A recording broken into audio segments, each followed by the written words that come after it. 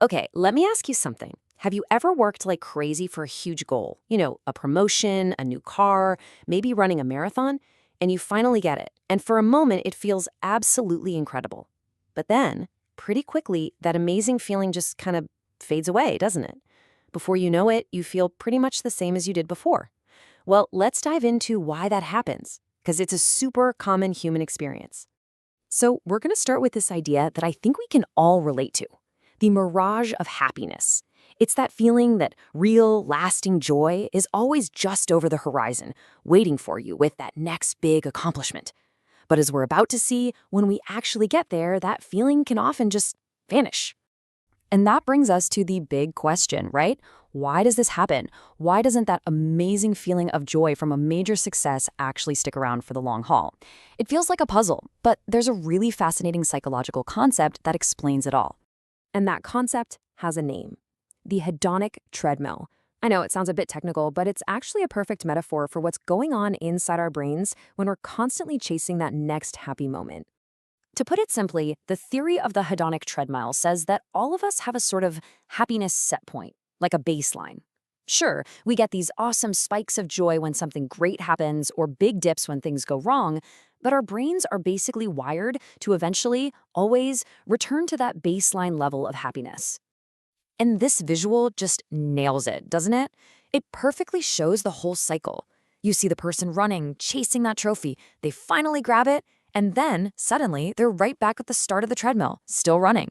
It perfectly captures that what's next feeling that so often comes right after a huge win. So, this begs a really important question. If just chasing happiness keeps us stuck on this treadmill, how in the world do we get off? Well, the answer is in a massive shift in perspective, from chasing fleeting happiness to building a life filled with meaning.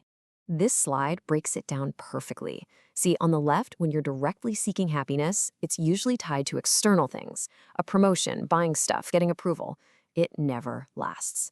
But on the right, seeking a meaningful life, that's all about what's inside you: your purpose, your values, how you contribute. That is what creates lasting satisfaction and helps you finally step off that treadmill for good.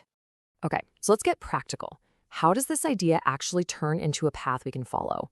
How do we apply this to our own lives and find a more durable kind of contentment? It really comes down to these key takeaways. First, put your energy into things that feel genuinely meaningful to you. Next, you have to consciously change the question you ask yourself. Instead of asking, "What will make me happy?" start asking, "What gives my life meaning?"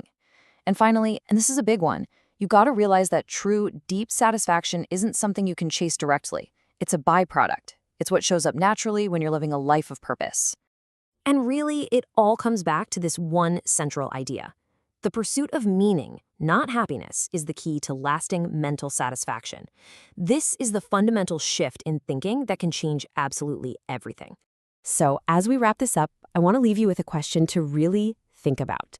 What's the treadmill in your life? What is that thing you keep chasing, thinking it'll finally bring you lasting happiness, only to find yourself right back where you started? Because identifying it, that's the very first step to getting off.